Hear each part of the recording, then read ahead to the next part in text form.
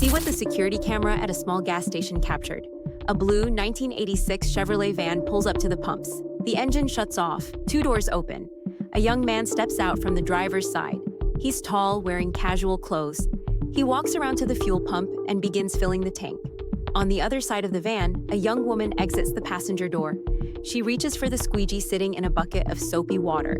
She moves to the front windshield and starts washing. Slow, careful strokes. She cleans the side windows too. The young man watches her while the gas pumps. There's something relaxed about the way they move around each other. Comfortable, easy. When she finishes, she walks back toward him. And then, right there in front of the pumps, they embrace. It's not rushed. It's tender, unhurried. The kind of hug that says everything without words. The camera captures it all in grainy black and white. 2 people who have no idea the world is watching. 2 people who have no idea what's coming. At 7:47, they come back outside. They climb into the van. The engine starts. The vehicle pulls away from the pumps and heads north on the Alaska highway. The camera watches them disappear into the distance. That's the last confirmed footage of them alive. The bodies of a North Carolina woman and her Australian boyfriend were found earlier this week in British Columbia. Before we continue, don't forget to like this video, hit the subscribe button so you never miss any coverage in this channel. Chynna Deese was the youngest in a large family from Charlotte, North Carolina. She grew up surrounded by people, but she never met a stranger. Friends described her as adventurous, warm, and full of life. Her favorite flower was the sunflower, bright, but open, always facing the light. By the time she turned 24, Chynna had already visited 13 countries. She wasn't the kind of person who just took vacations. She worked her way around the world. In 2017, she took a job on a grape farm in Croatia. It was hard work, long days under the sun, dirt under her fingernails. But she loved it. That's where she met Lucas Fowler. Lucas was from Sydney, Australia. He was the 4th child in his family. Growing up, he loved the outdoors, dirt bikes, camping trips, snowmobiling in freezing temperatures.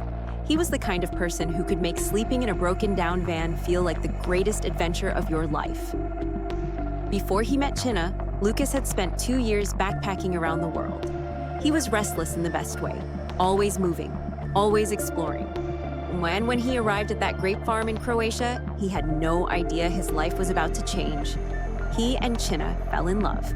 They spent Christmas of 2018 together in the United States.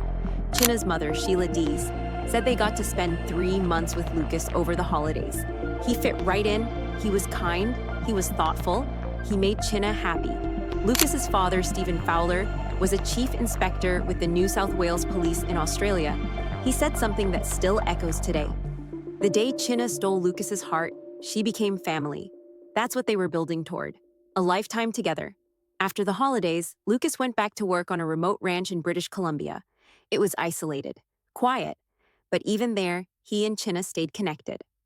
Co-workers said Lucas would spend hours on the phone with her during his downtime. They were inseparable, even across continents. Eventually, Chynna joined him at the ranch. And in July of 2019, they decided to take a road trip. Lucas had restored a 1986 Chevrolet van. It wasn't fancy, but it was theirs. The plan was to drive through British Columbia and all the way up to Alaska. Wide open roads, endless wilderness. Just the 2 of them. Their families weren't worried. Chynna and Lucas were experienced travelers. They'd been to South America together. They knew how to take care of themselves. On July 14th, Chynna sent her mother one last text message. "We won't have Wi-Fi for a while, so don't worry, Mom. I love you." She had no idea those would be her final words home, July 14th, 2019. An afternoon, Chynna and Lucas were driving north on Highway 97, also known as the Alaska Highway. They were about 20 kilometers south of Liard Hot Springs when the van's engine finally gave up. It just stopped. No warning, no dramatic explosion, just silence. They pulled over to the side of the road and got out to take a look. The highway stretched out in both directions, empty and quiet. Trees pressed in on either side. Mountains rose in the distance. It was beautiful. But it was also isolated. Around 3 in the afternoon, another traveler named Charles Ray came driving by. He saw the blue van on the shoulder and decided to stop. Lucas was under the hood, trying to figure out what was wrong. Charles asked if they needed help. Lucas was cheerful, completely unbothered. He told Charles they'd keep trying to fix it. If they couldn't get it running, They'd call a tow truck in the morning when they got phone service. No big deal. Charles was camping just a few miles away. He told them he'd come back the next day to check on them, make sure they were okay. Lucas thanked him, said they'd be fine. When Charles drove away, he looked back in his rearview mirror. Chynna and Lucas were sitting on the side of the road eating snacks, relaxed, smiling, embracing their situation with the kind of grace that makes you believe everything will work out. But Highway 97 is not a forgiving place. It cuts through some of the most remote wilderness in North America. Forests so thick you could disappear into them and never be found. Mountains so massive they make human concerns feel small. The beauty is breathtaking. But it can also be dangerous if you're not careful. Out there, cell phone service is spotty at best. Towns are few and far between. If something goes wrong, help can be hours away, sometimes longer. Chynna and Lucas had traveled the world together. They'd been to 13 countries. They'd camped in remote places before. They knew how to handle themselves. And sitting there on the side of the highway that afternoon, they probably felt like this was just another bump in the road. Another story they'd tell someday. They had no idea that less than 12 hours later, someone would approach them in the dark. Someone with a rifle, someone with intentions they couldn't have imagined. And by morning, they would both be dead. July 14th, 11:30 at night. A highway maintenance worker was driving along Highway 97 when she passed the blue Chevrolet van. It was still sitting on the shoulder where it had broken down hours earlier. But this time, something was different. She saw a man standing near the van. He had a beard. He was talking to the couple. Both of the right side doors were open. A gray car was parked nearby. The worker slowed down just enough to get a look. The conversation didn't look friendly. It looked heated, tense. The bearded man seemed frustrated. His body language was aggressive. The worker felt something in her gut. A warning. The kind of instinct you can't explain but you know you should listen to. She later told investigators what went through her mind in that moment. If you just get a bad feeling, that's what I had. You just don't stop. So she didn't. She kept driving. She told herself it was probably nothing. Maybe they were just arguing about the van. Maybe the man was trying to help and getting annoyed. Maybe it was fine, but it wasn't fine. That decision would haunt her for the rest of her life. Because whatever happened in the hours after she drove past, it ended with Chynna Deese and Lucas Fowler lying dead in a ditch, shot multiple times. Left on the side of the road like they were nothing. The bearded man she saw that night became a person of interest. Police would later release a composite sketch based on her description. But by then, it was too late. Chynna and Lucas were already gone. July 15th, 2019, 6 in the morning. A trucker was driving south on Highway 97 when he spotted something on the side of the road. Something that made his stomach drop. 2 people. Lying near the embankment, not moving. He slowed down, got closer. His worst fear was confirmed. 2 individuals, unresponsive. They were about 10 feet from a blue Chevrolet van, 15 feet from each other. The trucker immediately called for help. Then he did something most people wouldn't think to do. He parked his truck in the middle of the highway and started waving his arms, redirecting traffic, trying to protect a crime scene he never wanted to see. Police arrived at 7 in the morning. The trucker was still there, traumatized, shaken, but determined to help in any way he could. Officers secured the area and called in the medical examiner. What they found was brutal. Chynna Deese and Lucas Fowler had both suffered fatal ballistic trauma, multiple gunshot wounds. The medical examiner confirmed they had been shot and killed. 5 spent shell casings were scattered on the ground near their bodies. Chynna's phone was lying in the dirt. Lucas's phone was missing. The back window of the van had been smashed. This wasn't an accident. This wasn't a random act of nature. This was murder. Just after 9 in the morning, Charles Ray came driving back down the highway. He'd promised Lucas and Chynna he would check on them, make sure they were okay, maybe help them get the van running. Instead, he found police roadblocks, yellow crime scene tape, officers everywhere. The realization hit him like a physical blow. The couple he'd spoken to just yesterday, the ones sitting on the roadside eating snacks, smiling, relaxed, they were gone. He later told reporters he couldn't stop thinking about it. If he'd stayed with them, if he'd camped closer, if he'd checked on them the night before instead of waiting until morning, would they still be alive? But there was no way he could have known. No way anyone could have predicted what was coming. Chynna and Lucas had done nothing wrong. They were just two people in love, trying to fix a broken down van on the side of a highway, and someone had killed them for it. The news spread fast. Within hours, media outlets across Canada, Australia, and the United States were reporting the murders. A young Australian man and his American girlfriend, shot and killed on a remote Canadian highway. No suspects, no clear motive, just two bodies and a shattered van. The Royal Canadian Mounted Police released a composite sketch based on the highway worker's description. A bearded man, the one seen arguing with the couple the night before they died. Police asked the public for help. If you recognize this person, call us. If you saw anything on Highway 97 between July 13th and 15th, come forward. In Sydney, Australia, Stephen Fowler was trying to process the unthinkable. He was a chief inspector with the New South Wales Police, an experienced officer who had seen terrible things in his career. But nothing could have prepared him for this. At a press conference, his voice cracked as he spoke. I may be an experienced police officer, but today I'm standing here as the father of a murder victim. This has really torn two families apart. The Australian Federal Police immediately sent two liaison officers to Canada to assist with the investigation and support the Fowler family. In Charlotte, North Carolina, Sheila Deese was trying to comprehend the incomprehensible. Her youngest daughter, the girl who loved sunflowers and adventure, gone, murdered in a foreign country thousands of miles away. Back in British Columbia, investigators worked around the clock. They asked anyone who had driven Highway 97 during that time period to check their dashcam footage. Every piece of evidence mattered. Every witness could be the key. Then another witness came forward. He told police he'd pulled over on Highway 97 for a quick nap. Within minutes, a small van stopped about 50 yards ahead of him. A man emerged from the passenger side. He was holding a rifle. His posture was low, deliberate, what the witness described as a stalking stance. The van started rolling forward, slowly, like it was creeping toward him. The witness didn't wait to find out what would happen next. He floored the gas pedal and got out of there as fast as he could. Someone had been hunting on that highway, actively looking for victims. And Chynna and Lucas, stranded with a broken-down van, had been easy targets. But who and why? This case took a turn no one expected. Stay with me, because what happened next shocked an entire nation. July 19th, 2019. 4 days after Chynna and Lucas were found, a burnt-out camper van was discovered on the side of the road near Deese Lake, British Columbia. That's approximately 300 miles away from where the couple had been killed. The vehicle was still smoldering. Investigators ran the license plate. It came back registered to two teenagers from Vancouver Island. Com McLeod, 19 years old, Briar Schmigelski, 18. Police learned the boys had quit their retail jobs for a spontaneous road trip to the Yukon.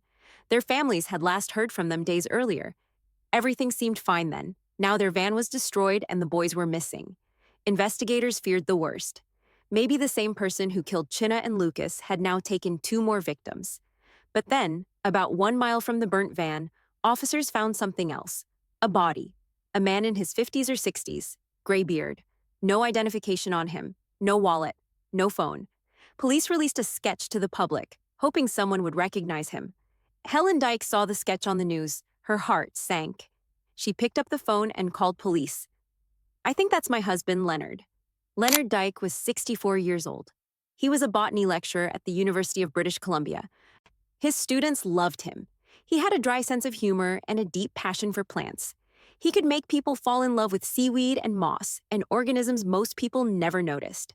Leonard cherished his solo camping trips. He loved the quiet, the solitude, the chance to photograph grizzlies and lose himself in nature. On July 16th, he'd packed up his gray Toyota RAV4 and headed out for another adventure. He was excited. He texted Helen and their children constantly, sharing updates and photos. Then on July 18th, the messages stopped. Helen tried calling. No answer. She told herself he was probably just out of cell range. He'd call when he got back to civilization. But he never did. DNA testing confirmed what Helen feared.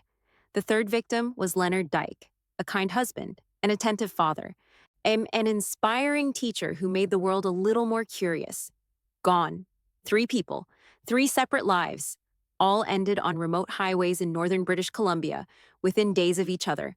And now, 2 teenagers were missing. July 21st, 2 days after Leonard Dyke's body was found. Surveillance footage from Meadow Lake, Saskatchewan showed a gray 2011 Toyota RAV4 driving through town. That was Leonard's car. Inside the vehicle were Cam McLeod and Briar Schmigelski. Additional footage showed the teenagers at a hardware store buying black tape. Then, in a parking lot, they used that tape to cover parts of the vehicle. A clumsy attempt at disguise. It didn't work. Every police force in Canada now knew the truth. The two missing teenagers weren't victims. They were suspects. Investigators went back to the burnt camper van and searched it more carefully. They found ammunition. The rounds matched both crime scenes, Chynna and Lucas, Leonard Dyke. Same weapon. On July 23rd, the Royal Canadian Mounted Police called a press conference that shocked the entire nation. Cam and Briar are no longer considered missing, the spokesperson announced. They are now suspects in the Deese Lake suspicious death and the double homicide of Lucas Fowler and Chynna Deese. The officer's voice was firm, clear. If you spot Briar or Cam, consider them dangerous. Do not approach. Take no action. Call 911 immediately. Investigators also learned something chilling. Before leaving Vancouver Island, Cam McLeod had legally purchased a high-powered semi-automatic rifle and ammunition. He had the proper license. Everything was by the book. That weapon had been used to take 3 lives. But here's the worst part. Just minutes before that press conference, First Nations safety officers in Split Lake, Manitoba, had stopped the 2 teenagers at a routine alcohol check. They found no alcohol, so they let them go. By the time the press conference aired and the boys were named as suspects, Cam and Briar were already gone. They'd evaded capture by minutes. Now the hunt was on. Billy Beardy and his wife Tamara were driving near Fox Lake Cree Nation, north of Gillam, Manitoba, when they spotted something alarming. Leonard Dyke's gray Toyota RAV4. Burning. They called police immediately. When officers arrived, they found more than just a burnt vehicle. Beside the car were half-eaten pork chops, camping supplies, orange peels, matches, tools. The teenagers had been there recently. Gillam is a town of fewer than 500 people. 1 road in, 1 road out. It sits on the edge of vast, unforgiving wilderness, and it had just become ground zero for one of the largest manhunts in Canadian history. The community went on lockdown. Residents were told to keep their doors locked day and night. Only leave home when absolutely necessary. This wasn't a drill. Hundreds of officers descended on the tiny town. Drones, helicopters, police dogs, crisis negotiators, even the military. They searched thousands of square miles of dense forest, swamp, and river systems. Back on Vancouver Island, Alan Schmigelski learned his son was a homicide suspect by seeing his face on the news. "My heart just sank," he said later. "I told myself there's a mistake. Or there's got to be a mistake." Cam's girlfriend contacted police. She told them Cam had sent her a cryptic text on July 13th, just 4 words. "I won't be returning home. No explanation, just goodbye." Both families begged the teenagers to turn themselves in. Cam's father released a statement. "We try to wrap our heads around what is happening and hope Cam will come home safely." But Alan, watching the search unfold on television, began accepting a darker reality. In a heartbreaking interview, he said something that still echoes today.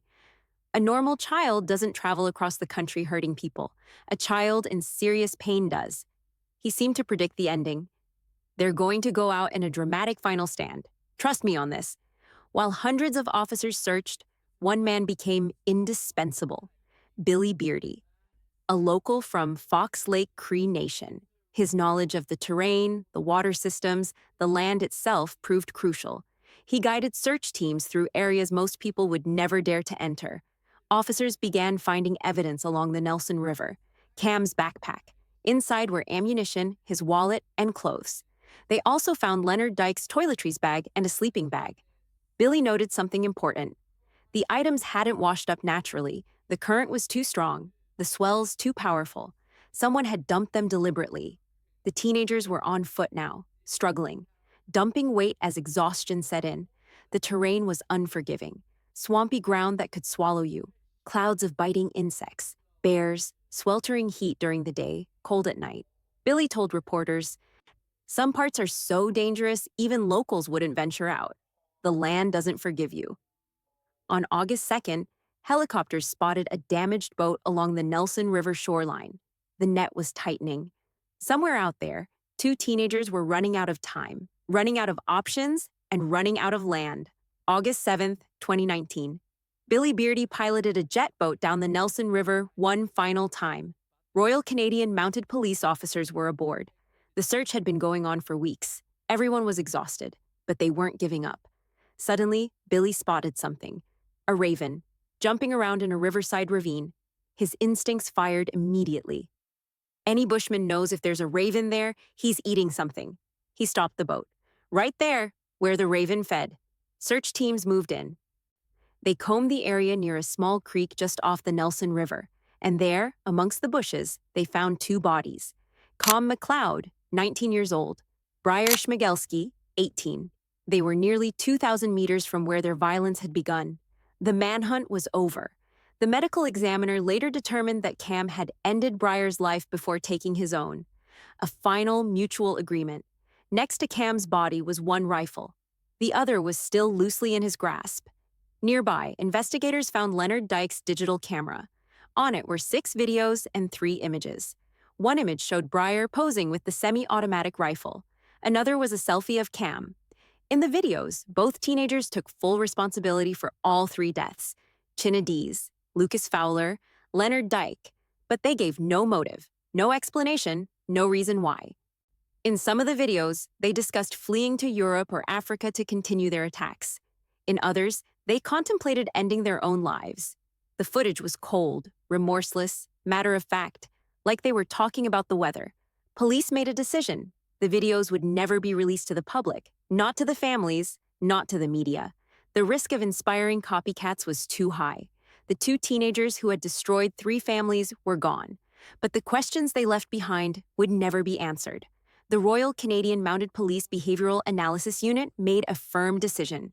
The videos would never be released, not to the families who begged to see them, not to the public demanding answers. The footage could inspire copycats. It could sensationalize violence. It had to stay locked away. Alan Schmigelski wanted to see the videos. He wanted to understand his son's final moments. His wish was denied. The investigation did reveal troubling details. Briar had been obsessed with historical extremist figures and hate group memorabilia. He had a fascination with weapons from childhood. While playing violent video games, he would ask friends, "What if this was real? Can you imagine if this was real?"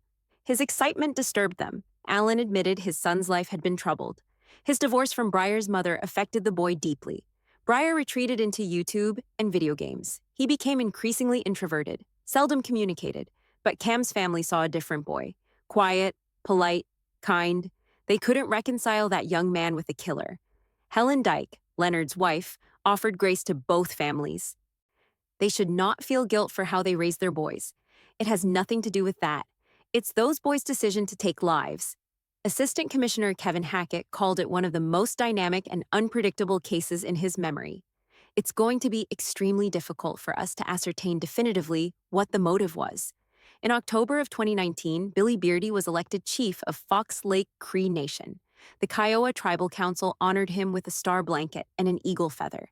Every patch on the quilt represented a person surrounding him with love, support, and protection. Billy's wife expressed both pride and sadness. Her husband had risked his life day after day with no protection, no safety gear, no life jacket. The lead investigator later acknowledged this and apologized. The Gillam Royal Canadian Mounted Police also honored Billy for his service. If Billy hadn't spotted that raven, hadn't recognized what it meant, hadn't turned the boat around, how long would the search have continued? Justice came not from technology or massive resources alone, but from one man's humble expertise and generous heart. Doris, Leonard's sister, said if anything positive emerged from her brother's passing, it was hearing how many lives he touched through teaching. Sheila Deese watched the gas station surveillance footage repeatedly. "I kept seeing new things. Watching that embrace they had, I could hear them saying, 'Let's do this. Here we go.' Their purpose was traveling the world together. What they had seen and done at such young ages was remarkable. Chynna worked on a Croatian grape farm to fund her dreams. She visited 13 countries by her mid-20s. She sent her mother one last, 'I love you,' before the Wi-Fi disappeared. Lucas found his passion for travel young and never stopped chasing it. He made his father proud. He found his soulmate halfway across the world. Leonard inspired students with his passion for botany. He loved the quiet of solo camping trips. He was photographing grizzlies when his story ended. 3 lives full of purpose and promise. 3 families forever changed. 2 teenagers whose descent into violence remains a mystery that will never fully be solved. There is no confirmed motive. Investigators brought in behavioral experts to build personality profiles. Police promised updates, but the families may never have all the answers. Chynna's brother Stetson said it best. It is just hard to accept that such good people can be killed for whatever reason. We do not know why, and more may be discovered, but I don't think we will ever truly know why. 3 weeks, one of Canada's largest nationwide manhunts, thousands of miles searched, an ending as mysterious as the beginning. The families, friends, and loved ones of Chynna Deese, Lucas Fowler, and Leonard Dyke describe their loss as profound. They hope everyone will remember the victims for the kind, giving, adventurous way they lived, not for how their lives so cruelly ended. Chynna, who loved sunflowers and made friends everywhere she went. Lucas, who could turn a broken-down van into the adventure of a lifetime. Leonard, who taught students to see beauty in the smallest organisms. They were travelers, dreamers, teachers, lovers of life, and they deserved so much more than what happened to them on that remote Canadian highway. If this case moved you, please share it so others can remember Chynna, Lucas, and Leonard the way they deserve to be remembered. And if you want more deep dives like this, subscribe and turn on notifications. Thank you for watching.